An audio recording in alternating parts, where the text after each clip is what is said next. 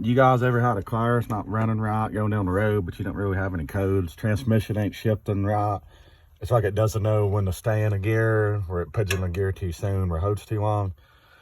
One of the simplest things to check if your fluid's full and everything, so always make sure your mass airflow sensor's clean, and you'd always look for vacuum leaks. This one right here, it's coming directly off the PCV hose here, so it gets direct into the vacuum. And you can see here, this vacuum line, that ain't no good. But there is probably the majority of my concerns with this car and it not running right, transmission not shifting right.